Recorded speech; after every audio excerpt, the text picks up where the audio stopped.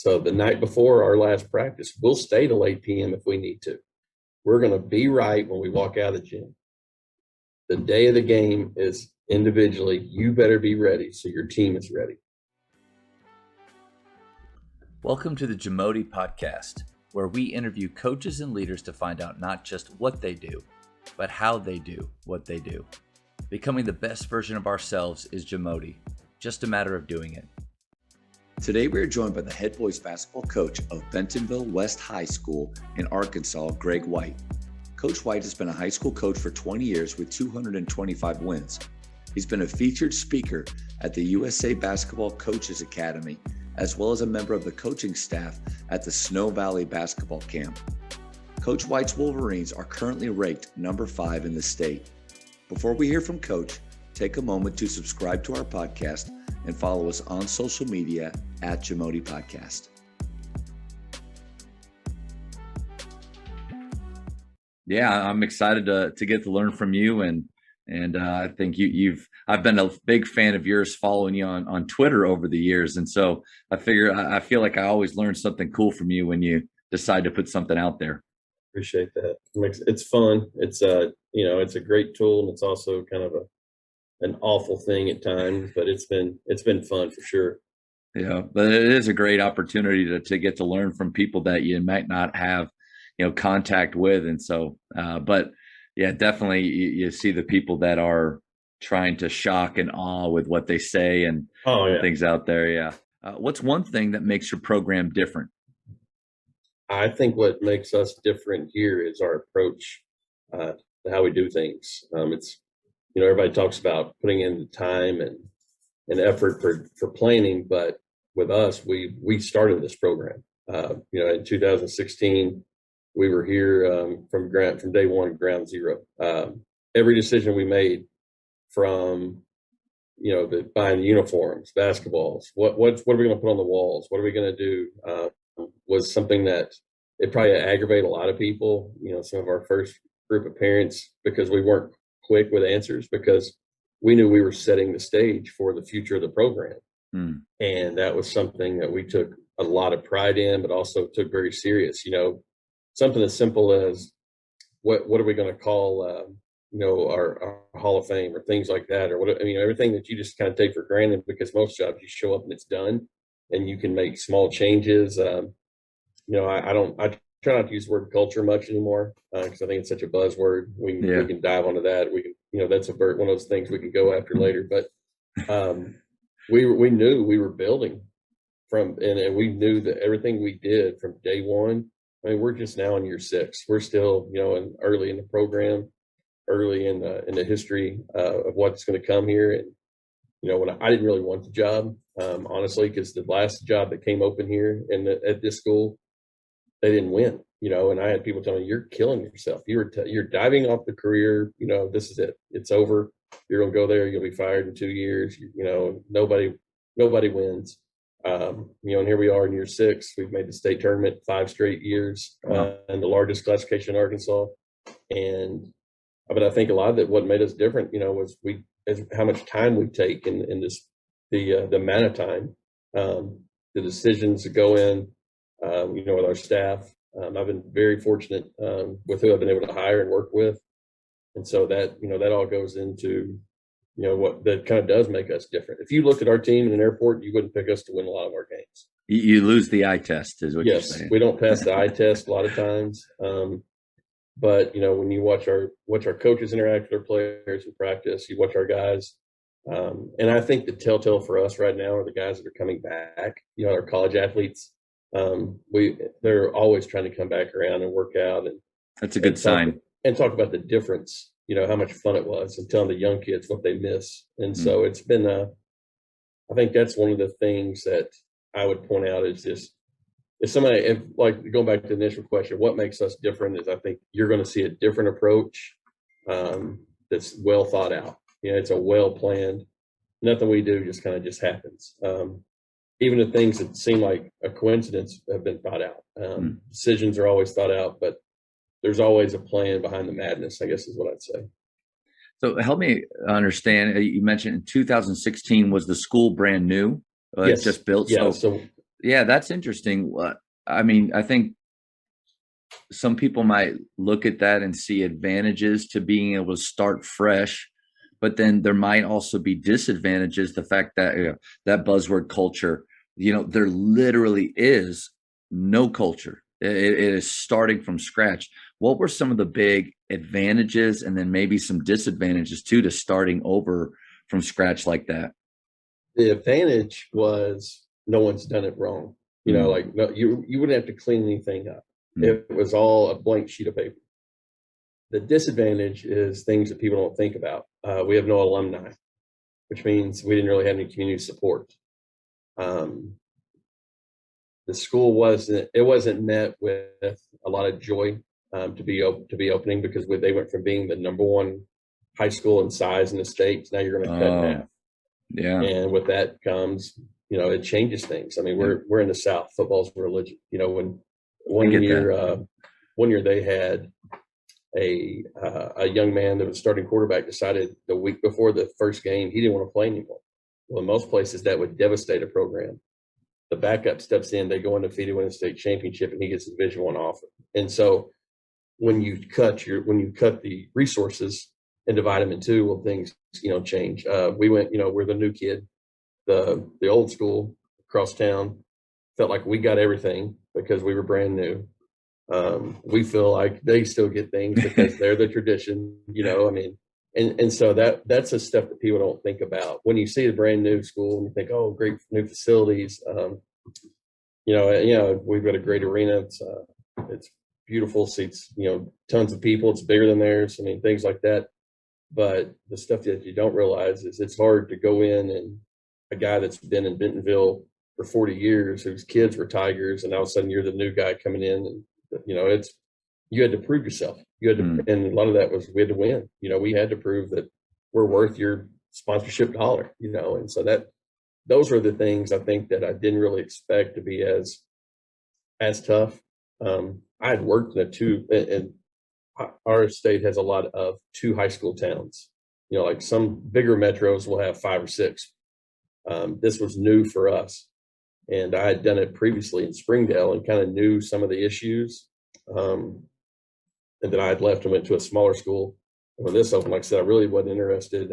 Kind of dared me into it, and so when I took it, I knew what I was getting into. But it was just a little different clientele, different things like that. So Mm.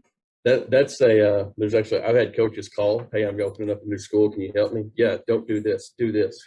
I've actually started like a book on it, honestly, like, hey, so because it's one of those things you don't do a lot and you don't hear a lot of. Yeah, and you don't know what you don't know. Yeah. So a book like that can maybe help coaches sidestep some landmines, because I think the majority of coaches, when they take over a new job, it's rarely because something positive happened, like a great coach may be retired but left it in a great spot. Mm-hmm. That's rare. And then it's rarely a brand new school. Most of the time something bad happened, culture and the feeling of the program is low. So I feel like the more coaches understand that feeling. But then, yeah, you're right. Yeah, that's a specific niche that you navigated and had success in. I think that's huge. Yeah, and there's Mike Neighbors is one of my best friends. He says there's three types of coaches. There's builders, there's fixers, and there's sustainers, like you were talking about. Well, I've always been a builder or a fixer. What I'm concerned about now is I don't know if I can be a sustainer. I've always taken over a job that was, a situation where the coach left and you have to come in and try to change things and try to do things a little different.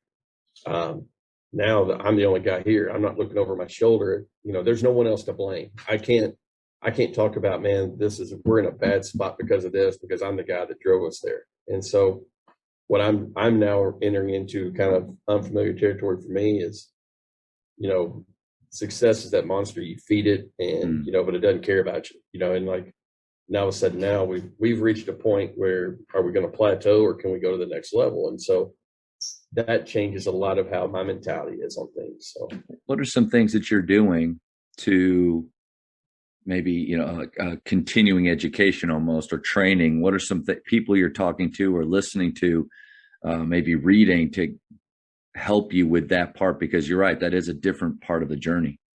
I think so much of our job that goes discredited is all the decisions you make away from basketball. Annie Duke's a big influence on me, like with their decision making and thinking, have her book Thinking in Bets, kind of getting away from, I don't want to call it traditional thinking, because I would be, if you talk to me and ask about things, I'm probably very traditional on a lot of stuff, very conservative on ideas. But I've learned through the pandemic to reach out and talk to people and just listen and try to learn every outside, try to have as much information as you can. And that has kind of, I think, helped us and changed us to where we feel like we're operating at speed ahead of people. We joke about what we're reading. I keep Annie's book on my desk. I was trying to, I think the most important book I've read, I guess in the last, year was The Pandemic Population by Tim Elmore. Learning how to talk to kids has been the biggest thing, because they're all different now. The generation gap is so much different. When we played, you may listen to the same music. It was probably like we'd have a certain haircut. I had to do certain things in practice. If you showed up and hadn't shaved, you were in trouble. Now those are fights I'm not going to have. And those are things like where the gap is so much bigger now. And I've got my two sons just finished playing for me. So even being a dad around a player and how much different they are, where I remember going home as a player, eating dinner with my mom and finding a game on TV. And my sons come home, eat dinner, go to their room and get on Xbox and talk to their friends. That's right. And it's just, but it's, that would be the biggest thing, is just learning how to keep these kids. If you're going to coach, like you got to understand them more than anything, more than any X's and O, more than anything. It's understanding my players and how I have to coach them. I think what it forces us to do is figure out what is truly important to us, because it can't be everything. Right. Like you mentioned about, I like for our guys to show up a certain way to our athletic period. So wearing our school colors, preferably some type of faith basketball gear, but I've chosen that's important to me. But that, are we talking socks? Are we talking facial hair, haircuts, what, short sleeve, long sleeve, outside the jersey? Like you start to micromanage like that, it seems to be more and more difficult. What are some things that you've just kind of chosen? This is important. And it kind of is getting into maybe a little bit of the non-negotiables or the standards that you have. What have you chosen? I don't do pregame. We have no pregame walkthrough, for the simple fact that I would leave so mad because they weren't as focused as I was. So the night before our last practice, we'll stay till 8 p.m. if we need to. We're going to be right when we walk out of the gym. The day of the game is individually, you better be ready so your team is ready. We don't do any walk. If we do a walkthrough, we shoot half court shots, see who's going to get dessert on the road. I like that. Because I would leave in such a bad mood, and then, I had a coach tell me, like, down here, the saying in the South, the hay's in the barn. Like, What else are you going to do? Like, if you're still if you're walking through your sets and still doing stuff an hour before the game, you're in a lot worse spot. You need to go back and evaluate the last week or two of your life and practices and see what you've been doing. And that's a great thing. That's a great point too. Like we talked about this, the last thing that I write on the whiteboard, I better have already talked about all week in practice. Yeah. I can't all of a sudden say, oh yeah, Matt, by the way, when we walk out there and play these guys with your parents and your girlfriend and social media and your buddy just waiting to make you famous on TikTok for messing up, I need you to do this. I haven't talked to you about it all week, but I need you to do it because it's important. Like, so we want the game to just be relaxed and fun, and we do shooting games. Coaches will get involved with them. We pick we'll pick half court teams for the year and keep a running total. And just, if anything that we do, that was one of those that I was not going to fight. And I've had two. We've had 4 assistants here. One has gone to one had left coaching, went into private business. One wanted to become a head coach. And those were guys that were like, what are we doing on a walkthrough today? I'm not going out there. Y'all go out there. I will not be a part of it. And finally, one of them, he came in one day and threw his clipboard down. He goes, I know why you don't go out there anymore. And I'm like, they're just ready to hoop, man. They just want to play. Like, right. They've been through all the training. Let's go play. And you got to look at too, what do the best do? Well, the NBA players, they are before games 2 or 3 hours before, they're doing skill work. Yeah. They're actually improving their craft, so that when that time comes, they feel the very, very best about themselves and their game. Why not? So many things from that NBA level, they trickle down to college, it trickles down to us. I think that's something that we can definitely take from them.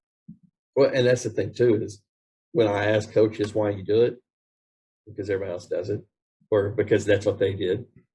And I was like, I want my guy. And so we tell them, team is good. You better be good by tomorrow. If you need to stay and shoot, stay tonight and shoot.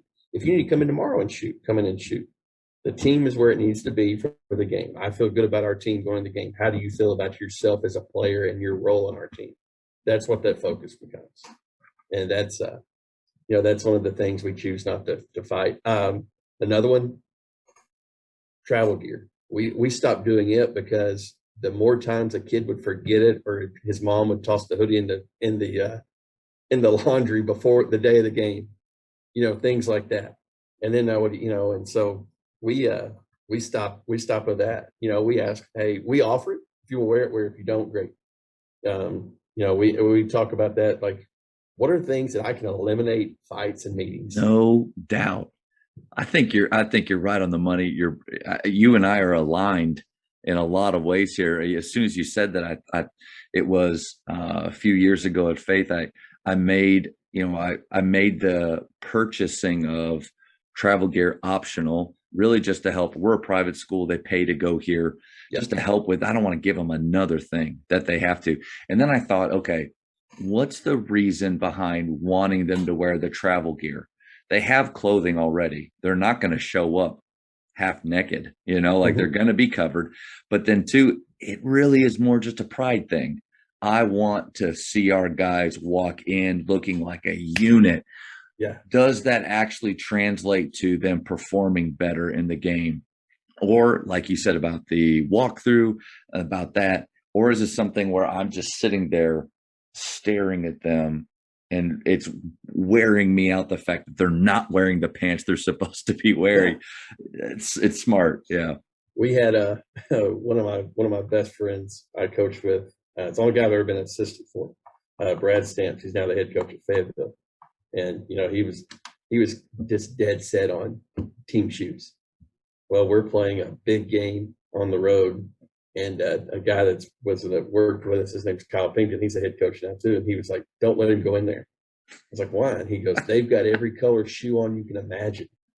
And at the school we were at, our colors are red and white. They got neon. They have neon and purple, and we went out and hooped that night. And I said, don't you say a word about shoes the rest of the year. They can wear what they want to wear. They can wear tap shoes. I mean, the way we played, but that's something we changed too. We offer a team shoe, but we'll offer 4 different styles, 3 different colors, and this started a kid I have a ton of respect for. Hardly ever played. He comes to me one day and he goes, Coach, I have to buy these team shoes. And yes, we all wear the same one. He goes, Coach, I only play when we're up 30 and we ain't going to be up 30. He goes, can I buy it? And he goes, is there a cheaper model I can buy that looks like those? And I was like, yeah. So we offer, just like talk like a car lot. We offer a navy shoe, a white shoe, a gray shoe. We have it in this model, and this model, whichever fits your budget and whatever fits your like. And so but again, just getting back to, we were all like, there's so many fights you can eliminate just that don't matter, that don't affect how we play. And evaluate what's the why behind the decisions. And most of the time, it's probably because your high school coach did it, your college coach did it, maybe a movie that you watched, or you saw some quote or a picture that you thought, that's it. Yeah, reevaluate those things. I had my best player a few years ago. I mean, sometimes listen to your best players. Like, there's nothing wrong with that. My best player come up, we were trying to all wear Under Armour, and I had one shoe, and he's like, Coach, I'm sorry, like, those shoes really bother my feet. And at first I was kind of in my head, I'm thinking, come on, like, it's just a shoe. When I played, there was a brand and a style of shoe that I was most comfortable with.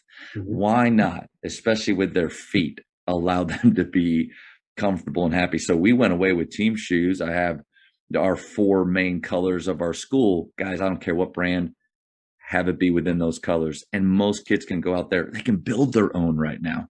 Yeah. Build their own. Do all that. Again, right in line with what you're saying. Just don't fight that battle. The Jamodi podcast is powered by Sideline Interactive. Sideline Interactive is the leading manufacturer for high-quality, innovative scoring tables and LED video display boards that help coaches and schools bring more excitement to fans, create huge fundraising opportunities, and make their jobs easier. Visit sidelineinteractive.com to check out their amazing products. How do you build confidence in your players? I am more about building awareness. Self-awareness is so much stronger than self-confidence. You've heard, have you ever had a parent meeting before? Well, he just didn't have any confidence because he probably knows he's not very good. And he's not very good at what he wants to be good at. You know, everybody's good at something. Kid I was telling you about to change my views about team shoes. One of the best teammates and voices in the locker room. He could come in and make a knockdown shot. He couldn't guard his shadow.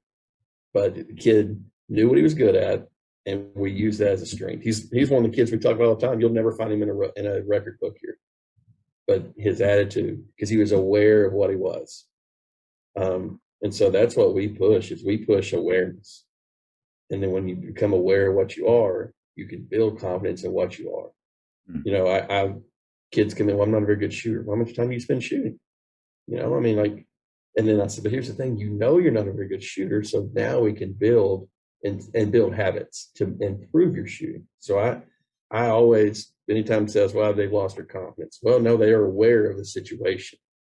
You know, like my best player, if he walked in here right now, you would be like, how do you deal with that guy? Because we have worked on him being so aware. He'll miss 35 shots and shoot 35 more without losing any bit, because he knows that he's put the work in. He knows the belief we have. He knows who he is. He'll go on a weekend tournament and I'll say, how'd you play? He's like, horrible. And so I'll pull his stats up. He'll go drop 19, but that's bad for him in his eyes. And I'm like, that's a pretty good weekend, you know? And I did this and that.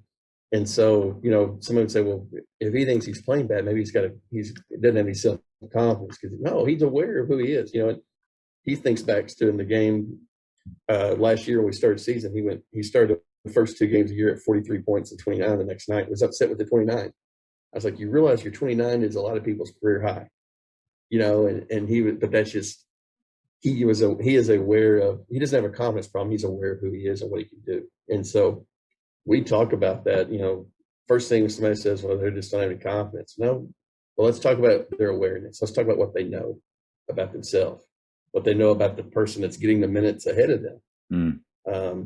You know, and that changes things. And so I think that's one of those words, like I'm really big on like using words correctly, using them in the right time, in the right place, and right definition. And so we started a word study on that, like self-confidence. Well, what is that? Am I confident in myself, or am I aware of my situation? Like I'm aware that I should not go enter into a marathon right now. But if you tell me, Greg, I think you'd be great at a marathon, and gave me the confidence to do it, and I did it, who's really at fault? And so that's where, again, it always falls back on telling kids the truth. And I think when you tell them the truth, you make them aware, and that's what builds to the confidence they need. The hard part is how you deliver the truth. That's what I was gonna ask. I could definitely see the connectors between how you tell the truth with your players and that building that awareness. I love the idea of, it's more about, I'm reading Alan Stein's book right now, Raise Your Game. And it's literally, I think the chapter yesterday was about self-awareness and how that's the most important thing. So right on the money with that. All right. So tell me what those truthful conversations look like, where you're building awareness without the idea of crushing maybe igniting more of a desire to build, you've heard the phrase, tough love, and then he comes back with, there's no tough without love first. It should be love tough. They got to know they understand why. We always talk about our why here. Our why in every decision we ever make It's program, team, player. Every decision we make, whether it's what me and Matt are going to have for lunch, we better put the program first. And we tell them off the floor, we have the same thing. Everything is always program, team first, every decision.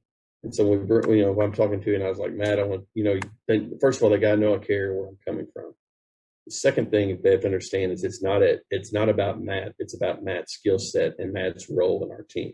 It's never personal. Coaching can't be personal. But it's hard for them to understand that because, and for some coaches too, something we added this year, we ask each player how they want to be coached. Can I coach you publicly, or do you need that one-on-one? Now that one-on-one still be the same message publicly. I mean, I'm not going to bring you over there and Matt, I want you to count to 10 and then tell me I can talk. We still get on you and we'll do it and we're going to correct you. But some guys, they don't like that in front of their friends and their peers. They want to. And so we ask our kids, how do you want to be coached? Then we started having individual parent meetings with the player. And then that's where some of the truth comes out, because I don't want to tell Matt, hey, I think you're a really good shooter, a little weak on defense. It's going to be hard for me to play in certain situations. You go home and, hey, how's practice? Oh, it's fine. It's all right. Well, mom and dad are trying to have a conversation with you about it, and you don't really want to talk about it. And all they get from you is what you're willing to share. That you may leave out. It depends on the type of person you are. You may leave out that, well, coach said I'm shooting the ball really well, but if it's not defending, you may just say, no, he said I was shooting the ball really well. Well, then they come and watch a game and you're not playing in a situation and they're like, well, he said he's shooting well, or and so we've started including that. I don't use the word family when I talk about my team, because these two guys behind me are my family. Those are my two sons. And yes, I love the players that play for me, but families, I have, in my role and in your role, I have to cut players. I'm never going to call my son Hayden or Evan and say, hey, buddy, had a great year, but numbers just aren't working out. I'm not going to bring you back next year. So I hate to use the word family about teams. I know some people do. I don't. We talk about it being our program, and that's an important word to us too. But we had that meeting because I want everybody involved. Mom, dad to understand what I'm telling the son.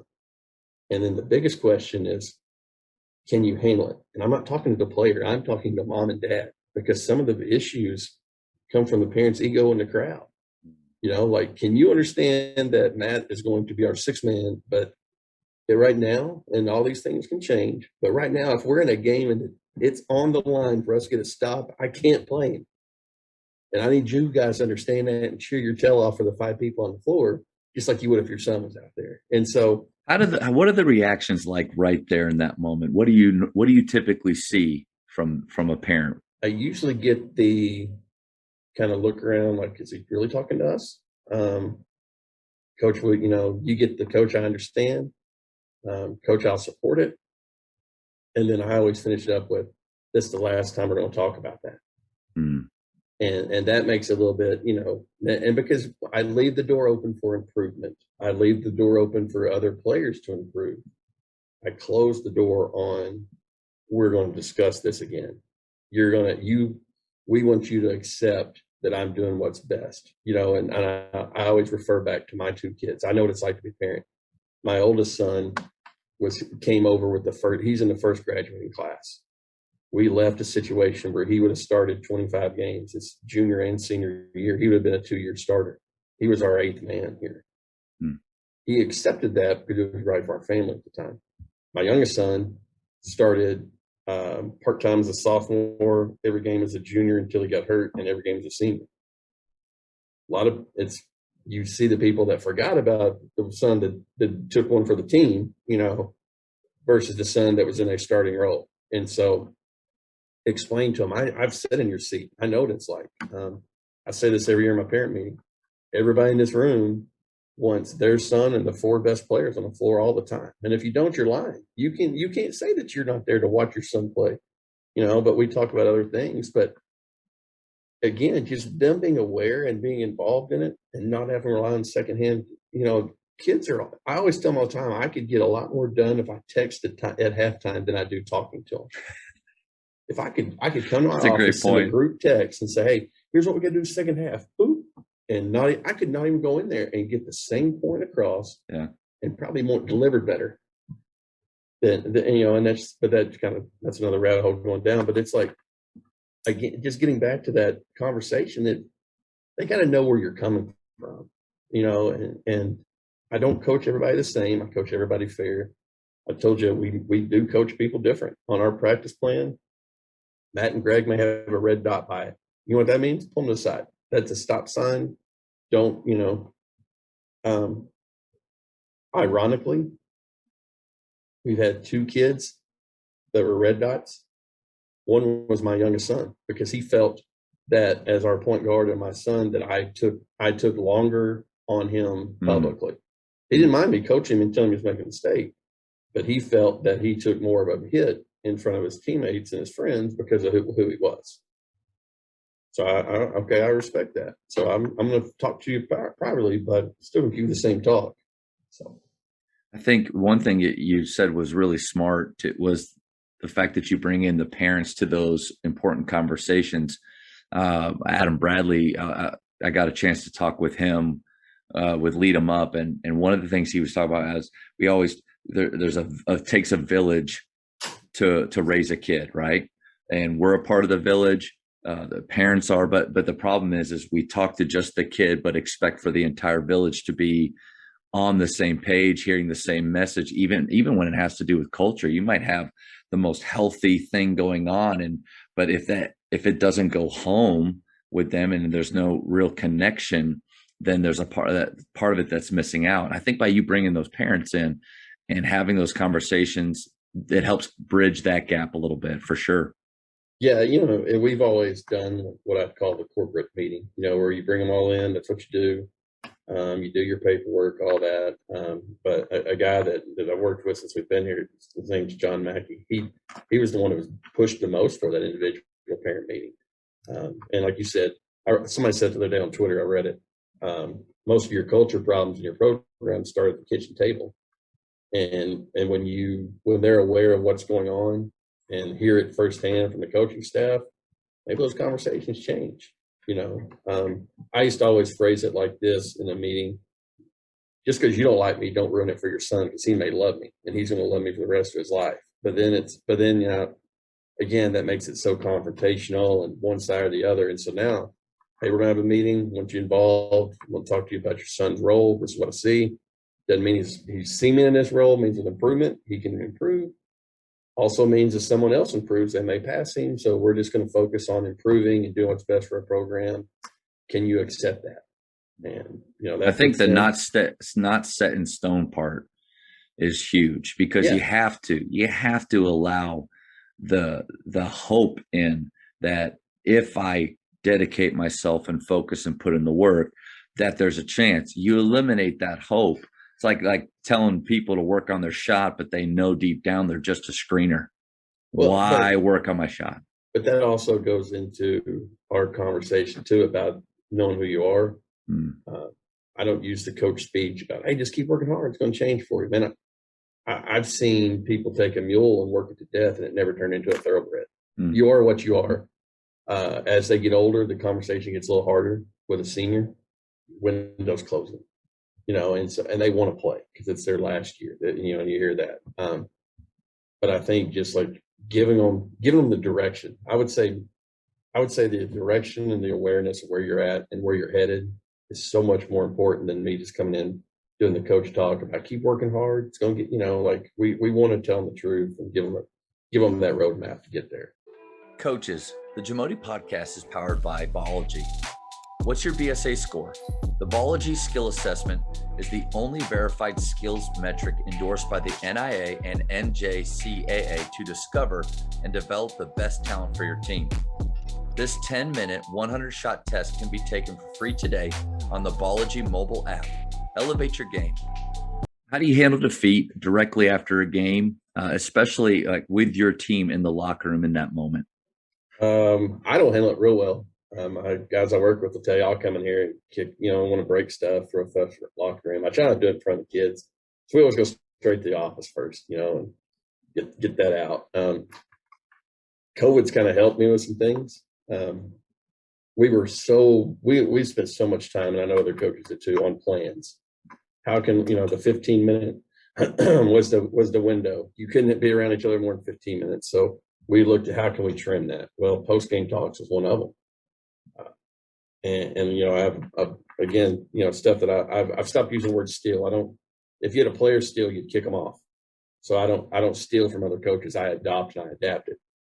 One of the things I adopted and adapted for Mike was he never does a post game talk. He never goes in the locker room after games. And his for two reasons. On the college level, they go and talk to the media, and his team signs autographs. Well, when you think about it, though, you just walk in from a big game, big win. You're high fiving, you look over in the corner, and there's a kid pouting because he didn't get to play. Immediately, well, like I talked about earlier, didn't have a match, didn't have the right matching sweatpants. We walk in the gym, I'm upset. You walk in after a loss, they're laughing, having a good time. One kid sent their chest puffed out because he scored 20. Well, we got beat 20, but, you know, he got his 20. So there's so many negative things. So this is one of the things I took from COVID, kind of adopted it from Mike, but I think I'll stick with. I try not to be in there 3 minutes. Anybody hurt? Anybody see a trainer? Let me watch the film. Let me talk with her. You know, I'll go and talk with Mackie and Pal, see what we think, and we'll talk tomorrow. Something I've got to get better on is the feedback. These kids, this generation, the Generation Z we're in, pandemic, whatever you want to call them, immediate feedback. They live for likes. You don't believe them, watch them. Have them put something on Instagram. If they don't have a certain number of likes in a few hours, delete. And so they live for that feedback. And so something I'm going to be better at this year is, you know, not that I want to be texting my players at midnight, but they need to get that 7:30 a.m. text the next day saying, watch the film. Here's what I saw. We'll talk in practice. Whether it's good or bad, they need to hear something back from me versus waiting from game ended. We got beat. Coach comes in, says, are you hurt? Anything good? All right, boom, he's out. I'm going to go home. No telling my parents going to tell me, good or bad, however. And then we don't hear from our coaches until the next day of practice. So something I'm going to be better at is trying to cut that window of feedback. You know, but that's the thing. Like, I think so many times we go off the result. This is off Andy Duke, if you've read her book, Thinking of Bets, resulting, we may have played horrible and won. And we may have played our best game ever and got beat. So until I watch the film, I can't really I shouldn't give feedback without having all the information. Might come in and say, Matt, you were awful tonight, man. If you don't play like that, don't come back. And then go back and look at you diving for a loose ball that I forgot about, or seeing you you may not get a rebound. You know, story I heard one time I was talking about with Coach Wooden, you know, complaining one of his players, you didn't get one single rebound. Yeah, you're right. I was blocking this guy out and Walton got all of them. You know, like, was it really like he wasn't doing his job? And so that's kind of just changing that mindset of what's good, what's bad, when's the appropriate time, when's the window for it. So that's one of the things we've done to handle losing. You know, winning, yeah, hey, good job. We will never pout about a win. We promised ourselves that because they're so hard to come by, and you know that. So if we win, we're going to go in and say, great job, way to get the win. We did what we wanted to do. And then we'll say, we'll watch the film and see if we did it how we wanted to do it. But we did what we wanted to do, and then we move on. And it's made my life easier. You know, again, there was so many bad stuff from COVID, but there were so many good things we learned that we could get rid of. Yeah. And things we could streamline and do better. That's right. I think we're more efficient now than ever before. You know, one thing Tyler Costin said was, and it was probably one of the first times I've heard it, and then you're maybe the second, is the idea of eliminating. You're talking about shortening and making them very concise, but he actually talks about eliminating them completely. Game's over, bring them together. You know, you break out, you pray, you do what you got to do, and then in his mind, he's like, let them go eat pizza, let them go talk to their friends, let them go. The idea that, oh, we just lost, I got to make sure they feel that pain. I got to make sure I walk through the 18 things that I saw, and we're resulting hardcore in those moments. I think you're right on the money that we can have healthier players, healthier environments, probably do less damage relationally with our players if we let that time go. That, and, you know, one of the things that used to bug me was, I remember when we played, you didn't like the guy at the other team. You didn't love that school. And now you'll catch your tweet, you know, a player tweeting a kid from their team, good game. Wait, come on, man, but now you're like, no, it's different. And it's like, there's so little energy, emotional energy you have. Do I want to spend it being mad about stuff that doesn't matter? That was my big thing, was when I did my evaluation of myself, sitting at home for those months, was what can I get rid of that doesn't make me a better coach? And it doesn't, when I was I was a head coach at 22, way too young. So I stayed mad because in my mind, the madder I was, the more I knew. If he looks like he's mad all the time, like Bobby Knight, well, he must know his stuff. I didn't know anything. I just knew. Or he really cares, or you really care. Yeah, he's so invested because he's so mad. Like, come on, man. Coaches, the one thing that every team needs is confident shooters. The last 8 years at Grapevine Faith, our teams have averaged 354 made threes each season. I love getting to share with coaches how our shooters train, and more importantly, how they think.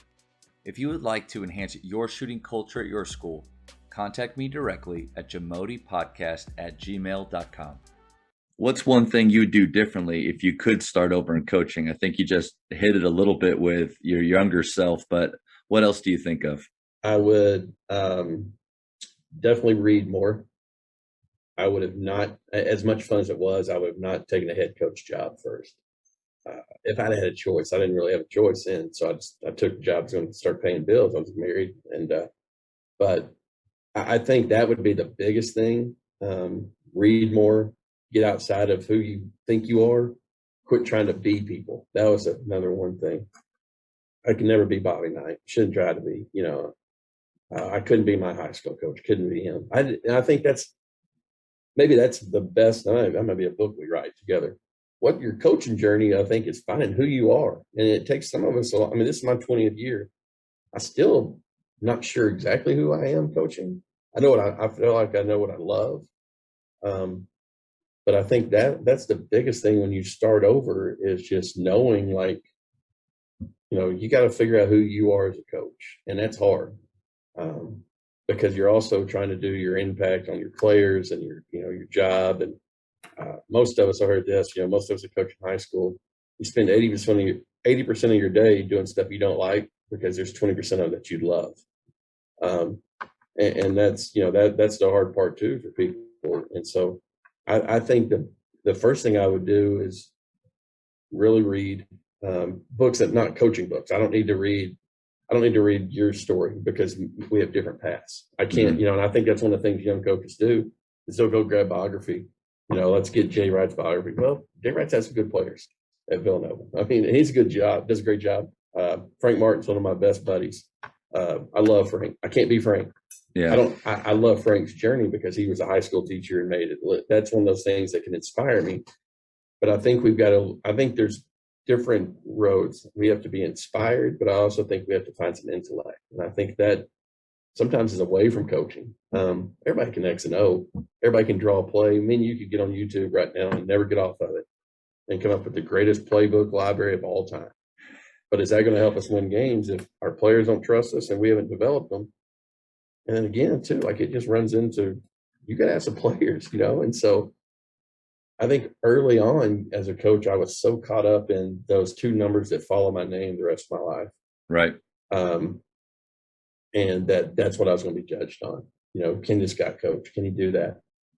Then I got to where, when I had kids, I wanted to be in a place I want my family to grow up, which sometimes it definitely affects those wins and losses.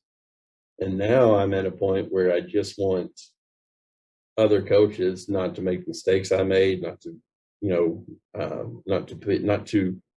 be the guy that thinks he knows it all. Like, I'm still trying to learn something every day. I work on projects that have nothing to do with my job. It's funny because people are like, why are you doing that for? And because I love it, because it makes me better. It makes me smarter. It makes me learn things. I'm the head coach at Bentonville West, but I don't want that to be just my basketball life. Like, I'm getting to talk to you, that's what I love about basketball. Yeah. It's opened up so many doors, and I'm forever grateful. We talk about the ball having magic in it. I'm sitting at my desk looking at it. I'm the picture of me and Tate's lock. I've got things like that just, those are what I would tell my younger self, is get out from who you think you are and go do hard things. Because I think we were all so afraid to fail that we wouldn't do things that we were not good at. And so that's one of the things I think I would tell myself is you got to get out, you got to go do more. You can't just be focused on your team, because that team changes, your job's going to change, And so, kids make decisions that you didn't see coming, and you got to be able to adapt and keep going. I tell people, if you really wanted to define insanity, you would say, go spend tens of thousands of dollars and years on a degree to coach 15, 16, 17, 18-year-old kids with 3 part-time guys making the decisions on the rules and 5 people on a community board deciding whether you keep your job year in or year out. And I was like, sign me up for that. Yeah.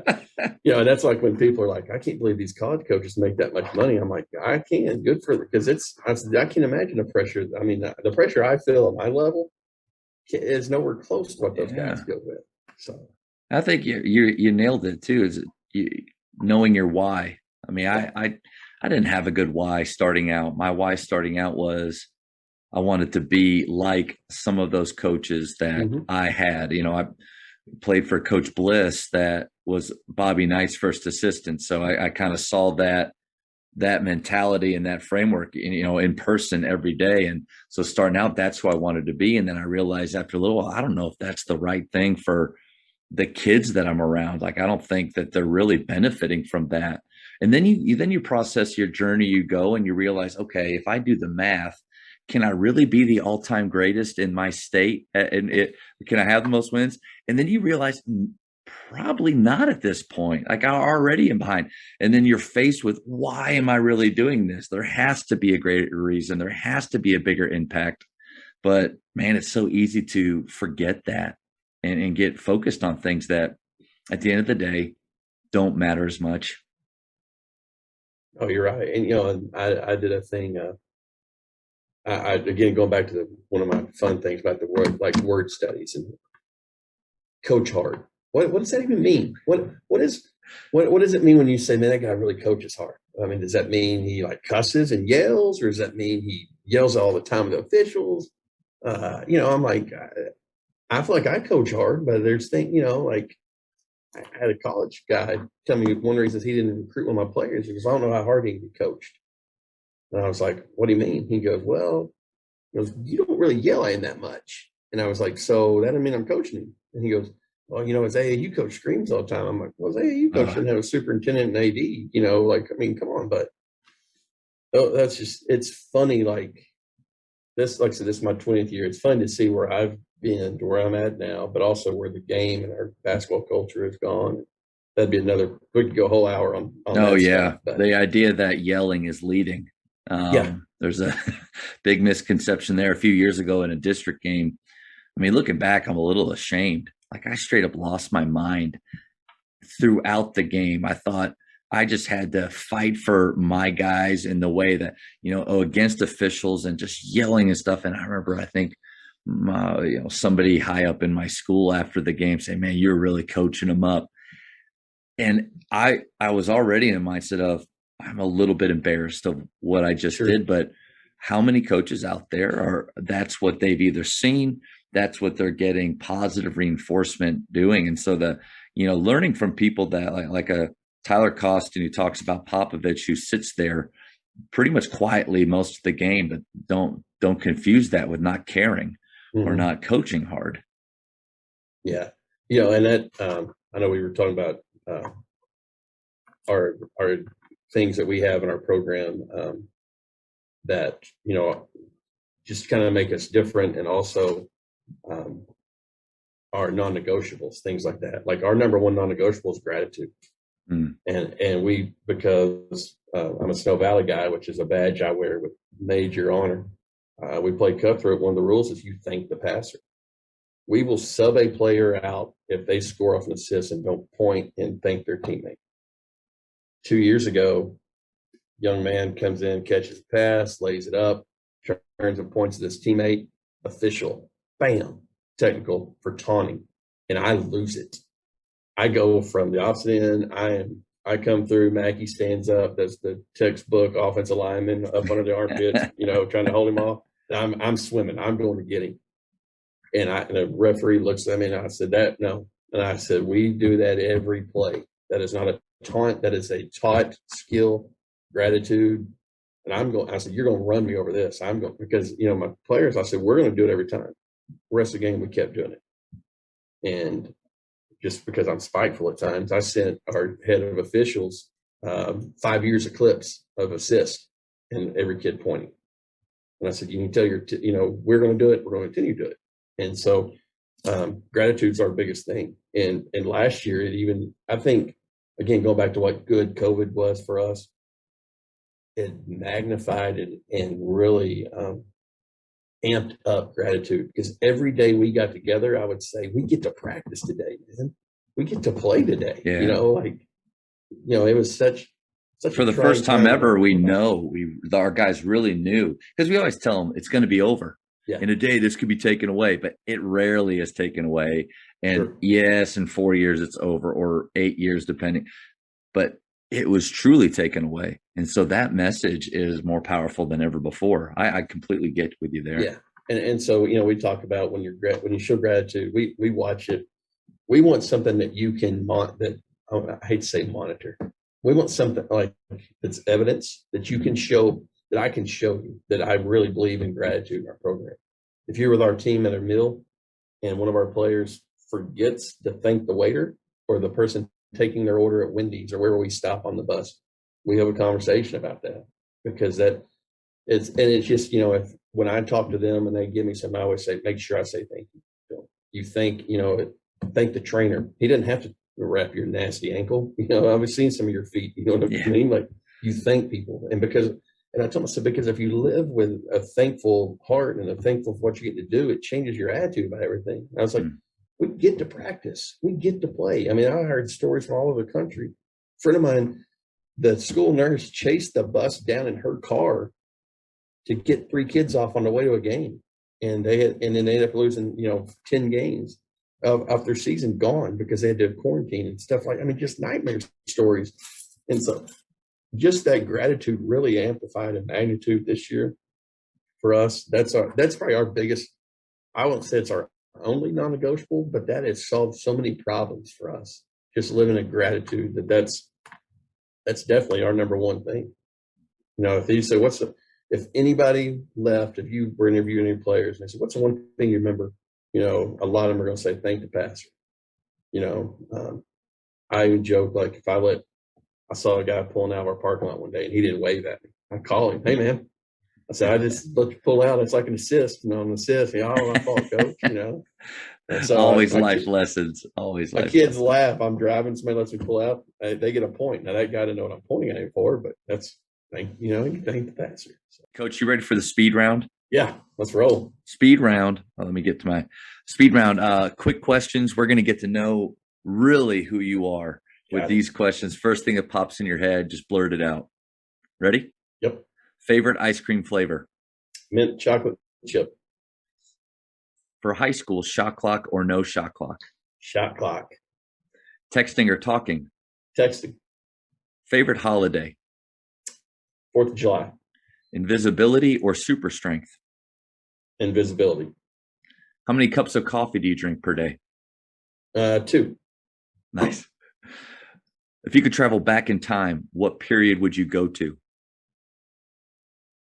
1980s. Nice. Good times. Godfather or Star Wars? Star Wars. Okay. Last one. And this is new. This is the first time I've ever asked this, but most influential person in your life? Wow.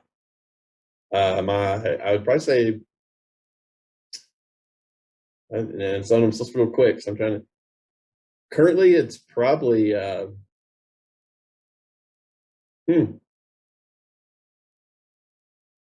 would say my mom. Yeah. Yeah, my mom passed away 12 years ago, but I still I find myself doing things now, thinking of her more. So yeah, sorry it took so long there. That was a tough one. Yeah.